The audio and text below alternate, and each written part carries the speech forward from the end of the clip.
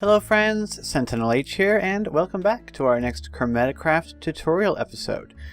In this episode, we're going to go over two useful tools, one of which you will have seen if you watch the Revolution 3 Let's Plays, where we're building the factory, and that's the Transition Star. We're also going to go over the Excavation Star, and then, but before we do either of those, I'm going to go over a little addition to the alloying that I didn't know about at the time. Reika mentioned it in a comment, and that's the ether berries. So ether berries are a way that you can double your alloying output, which is extremely useful, especially for the more expensive alloys, such as the spatial alloy and of course the chromastone, which is very expensive. But if we just go back to like the chroma alloy ingots, which are the simplest to make, 16 chromic dust and an iron ingot. Basically, if we go back, grab ourselves an iron ingot, we'll grab ourselves some chromic dust, and we'll make some chromic alloy, and we'll use this. 16? I didn't want that in there already. So what you do is you take your ether berries. Now, ether berries you can find from these guys. Ether berries. They're called ether berries, by the way. They grow on jungle leaves, okay? On top of jungle leaves. So you'll need to find a jungle if you want to find ether berries. They are a renewable resource. I believe they do spread. They grow on jungle leaves, so you can get them, you know, they'll grow back. And you can acquire these ether berries. Actually, let me go into survival mode just so we can punch one. Punch etherberry. Alright. So basically what you do is you can enhance the chroma with etherberries. So I can chuck them in. 2, 3, 4, 5, 6, 7, 8, 9, 10, 11, 12. You can see particles. 14, 15, and 16 is apparently the max. Yeah, see, it won't suck up another berry. But see, now it's got all these cool sparkles in it. Okay? So that's like, it's powered up liquid chroma. It's like, come on, go away, night vision. It's like, it's powered up. And so now, if we throw in our chromic dust, and we throw in one iron ingot, now what this would usually do is it would give us one chromic alloy, because it's only the one ingot. But every ether berry that you throw in the pool, oh, and it goes faster too. And we got 2, see? We had 4, now we have 6, we got 2. Every ether berry you throw in provides a percentage chance of doubling. Once you've thrown in 16, the chance goes up to 100%. So with the way that the ether berries work, if it's something a little lower level like chromastone, and you don't really, you know, you'd like to get a boost, but you don't really need it 100%, you could throw in fewer berries. But you know, no, chroma alloy, this is chromastone. But for something as expensive as chromastone or these spatial ingots, you might want to actually chuck it in. And the thing about this is that since you can alloy multiple things at the same time, I'm sure you can alloy multiple things at the same time. You throw a bunch of stuff in there. If these ether berries would then allow you to double, you know, more than one recipe at a time, you could get quite a nice output. So I don't know how rare ether berries are. It seems like a pretty powerful ability. So since I don't know how rare they are, I don't know how many you'll end up finding. But they are a renewable resource, so that's pretty cool. Now let's get on to the stars, shall we? So we're going to start with the Transition Star, which I was using in the to build a factory. Basically, it's the wand. It's like the wand of equal trade from Thaumcraft. It's pretty good. And so we'll go ahead and make it. So in order to make your Transition Star, you're going to need a transformation core. And then it's very cheap. You need chroma alloy, so you have to be to the point where you're alloying. So chroma alloy ingots, sticks, and aura dust. So it's very simple and straightforward. So we'll put this transformation core in the middle. And then we'll just do the chroma alloy ingots. And then sticks in the corners. And then the aura dust goes like that, like so, on the sides. And now we can craft ourselves a transition star. Get out of here, you little buzzy ball. I don't know where he is, but they're annoying. Okay, so transition star. What does it do? So, if you know what the wand of equal trade does, then you already know what this thing does. It allows you to transform blocks into other blocks without having to pick them up. So it lets you... It's really useful for like large-scale projects, like large-scale terraforming or putting down a floor in a house on the ground level, so you don't got to dig up all the dirt in order to put your actual floor in. So in order to demonstrate it, we'll grab some blocks. So I'll grab like a stack of stone, and here's what we'll do. So let's say that we wanted to replace some grass with stone. Let's just go over here, and I'll break some of this tall grass. So we got this little area of grass. What if I wanted to turn it into stone? Well, if I place down a block of stone, because you want to have it placed down in the world. Now if I hold shift and I right click on the stone, it sets that stone block as a target. If you look in the upper left corner of the screen, you'll see where it says contiguous. It's got a little picture of a block of stone. If I hold shift and right click on the grass, it'll set it to grass. We can even set it to flowers. We can set it to, you know, things like ores. But you have to have these items in your inventory in order for this to work. It's not going to magically transform blocks into other blocks.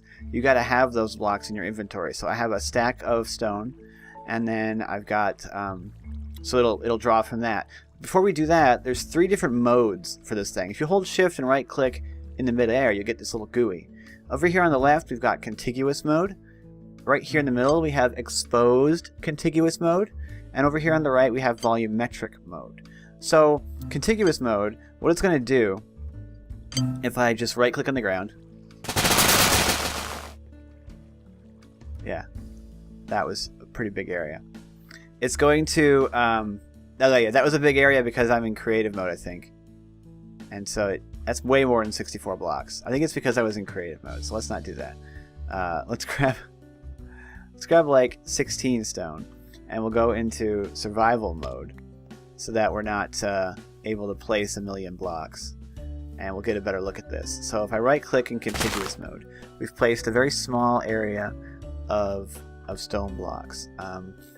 And if we go ahead and like look underneath this stuff, we can see that it's dirt underneath, right? It just replaced the grass, okay? But this is really just because the grass is in a single layer.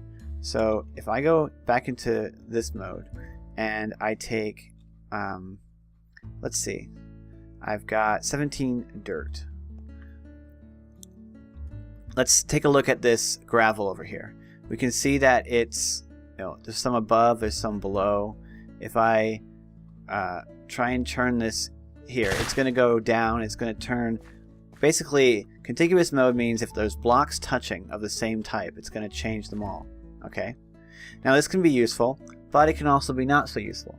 One issue that I had when I was doing the floor in my factory using the transition star is that it wasn't grass that I was transforming, it was stone, and it was multiple levels deep. So that would be like me trying to transform this dirt into stone. So if we do that, we can see that it transformed that and that and that, and it transformed underneath as well. We can see, I don't know how deep this dirt originally went, but it's been transformed into stone. That's contiguous mode, right?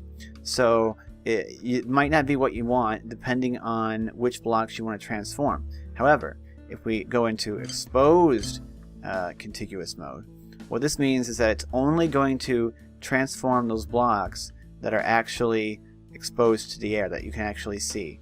So if I go and select the dirt, and I go back over here where the stone is, let's break it and we'll see that there's a bunch of layers of stone underneath, we can see.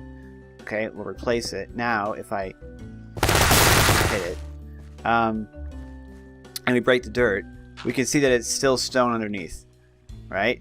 But if we hadn't been in exposed mode, it would have transformed it further down. And then there's volumetric mode, which I actually haven't messed around with. So let's take a look at that. Oh, come on, go away. Well, let's select stone and see what happens. Oh. What? Ah. Wait a second. Oh! Well, that would be that's really useful. Okay, so what volumetric mode does is if I right-click on this block, it's going to set that block as my start point. And then if I go over to here, and I right-click on this block, it's going to replace all the blocks of that type within the square area defined by those two corners. Oh, so useful. So really, volumetric mode is the mode that I should have been using when I was making my floor, because you can very easily, you know, this is the inner corner of your floor. You click there, you go over here, you click there, and now that's the only area that's been changed. And I would assume that this can also go vertically. So if we right-click that and right-click this, yep, it's going to go and fill that whole cube, change all the blocks within that cube. So volumetric mode can allow you to change blocks that aren't necessarily touching each other, but that they're within the cube. So let's go up here and try it on this tree. So if we go over here, okay, so it still appears to be affected by continuous stuff. I don't know. It didn't change these ones, which I thought it might, and it didn't change down here either, which I thought it might. So volumetric mode probably has some limitations, or at least I don't know. It didn't do what I thought it was going to do right there. It's basically what I'm saying. Yeah, see, it's only changing. Oh yeah, it only changes that type of block. I'm an idiot. So you can't replace like an entire tree at once because you have to click the same block. So I can click there and I can click over here. Oh, but over here it worked. Even though I clicked on acacia wood, it transformed acacia wood and grass blocks. Okay, so volumetric mode doesn't really seem to care that much, although it seems to be behaving in a bit of an odd way at the moment. But yeah, that's the transition star. It's really cool. It's very useful. Oh, it even changes the grass into stone. Very neat. I like it. Definitely going to be helpful if you want to replace blocks with other blocks without breaking them first. Like I said, it's like the wand of equal trade from Thaumcraft. It's quite cheap, but it does have power requirements. Okay, so I've been using it mostly in survival mode, in creative mode here. But if you're in survival, you need power for it. The power that you need is you need Catrino, so you need the yellow, and you also need Ickery, which is the gray on the left, the little squarish looking symbol, you know, that gray one. So you need those two, you know, types of lumen power in order to use this. It's going to use that every time. It's going to use one of each, I believe. We can check the book. Not very high power requirements. 2 Ickery and 1 Catrino, so not very bad as far as power requirements go, but they are there. Next, we're going to take a look at the Excavation Star, and you're going to need Riskia and Catrino. So that's why I have those 3 types of power in my wheel right now. I just burned some stuff up with the lumen thing, but you can use your elemental manipulator, and you can go grab that power from a pylon or from whatever else you're getting your power from, so that you can get Catrino and Ickery if you want to use the Transition Star, and you need Catrino and Riskia if you're going to use the Excavation Star, which we're going to take a look at now. So similarly to the Transition Star, the Excavation Star isn't that expensive, although it does require an energy core, which is more expensive than that. So it's a higher level item than the Transition Star, because I think crystal cores are more expensive than... I mean, these energy cores are, I think, more expensive than the transition core that we used for the Transition Star, but I could be wrong. Transformation core. They're about the same. So the Transformation core, yeah, they're basically the same. They just use different types of crystals and stuff. So ignore what I just said. They're basically the same cost, transformation cores and power cores. They just use different colors of crystals. So let's go ahead and craft our Excavation Star. So we got to craft an energy core first, which is going to require a crystal core. It needs to have Catrino runes at 1, 2, 3 to the left, and 2 to the north, and 1, 2, 3 to the east, and 2 to the south. So we'll see if I have that. 1, 2, 3. 1, 2. I do not. So let's grab a Neutrino rune, and we'll go ahead and make sure that we put that at the right Y level. Y level equals 0. So it's got to go here and there. Okay. Now we just place down a crystal core in the center, and then around that we need, in our casting tables, some boosted Tahara shards, boosted Neutrino shards, and energetic essence. So I have all of that. So the boosted Tahara shards are going north, east, southwest, with the boosted Neutrinos going in the corners. Right in the corners. And now we have energetic essence, and that goes on the edges, in the middles, basically on the out on the outer edge next to the Tahara shards, and that lets us craft an energy core. I like boosted shards because they look awesome with all these sparkly sparkles. So we'll get this power core, energy core I mean, and now we can craft an Excavation Star. So for this, we don't need any special runes. We just need chroma alloy ingots, sticks, and next time boosted Neutrino crystals. So there's that, and there's that. So we'll go ahead and place our chroma alloy ingots. And these stars are extremely useful utility items, as you can see. And the Excavation Star is probably the, for me at least, one of the more useful. So there's the Excavation Star. We'll go ahead and hit it, because I'm always interested in things that will help me mine. Okay, so the Excavation Star, what does it do? Well, let's go into game survival mode. So if you point this at a block and do that, hold left click until it breaks, it'll break every other block of that type near it that is highlighted.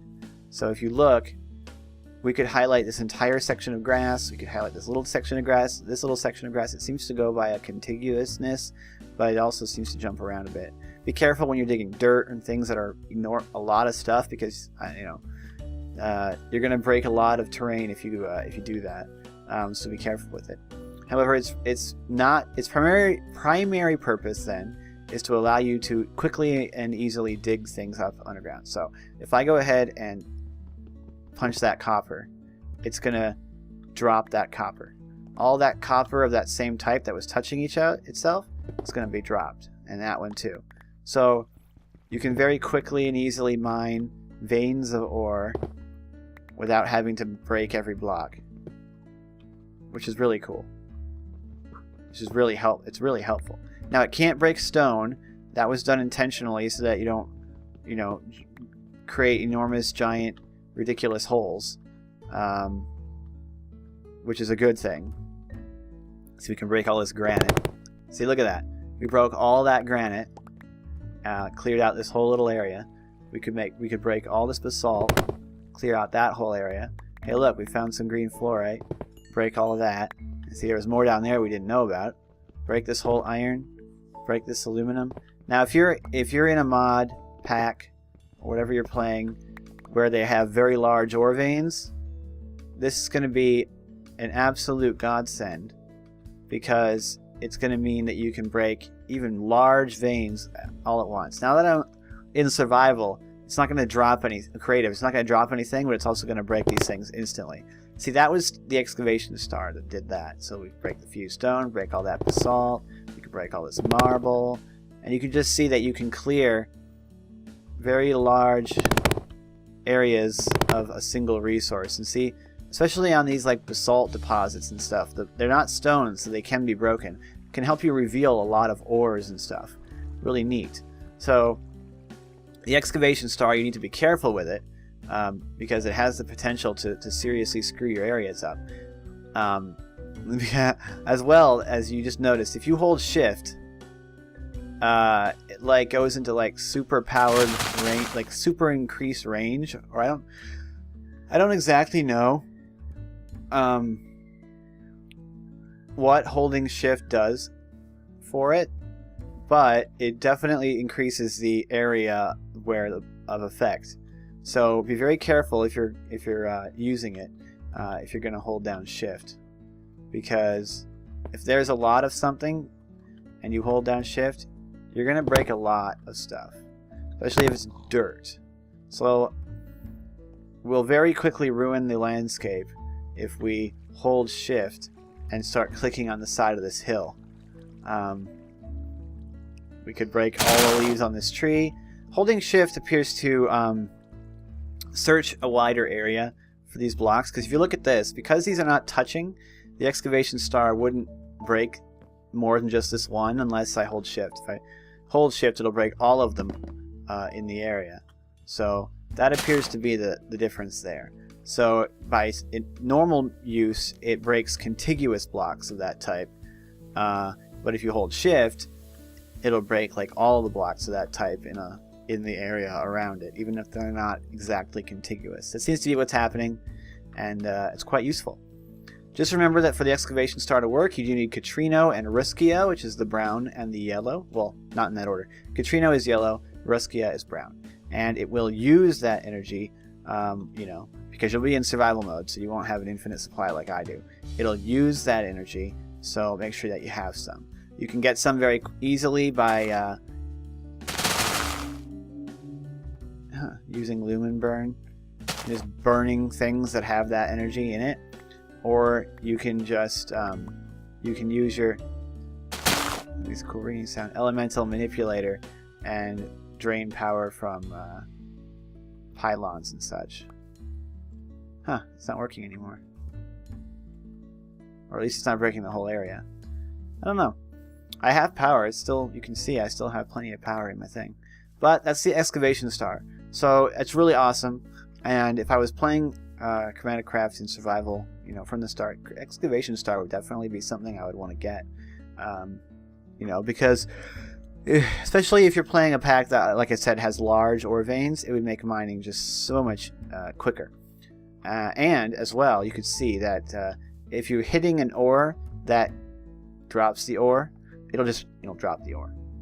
So you don't need like Silk Touch for that. Although that might not be true. I shouldn't say things that I don't know to be true. So I don't know about that, or how this interacts with Silk Touch, or if you can upgrade it with Silk Touch, or if it has Silk Touch. But the Excavation Star is really useful for mining.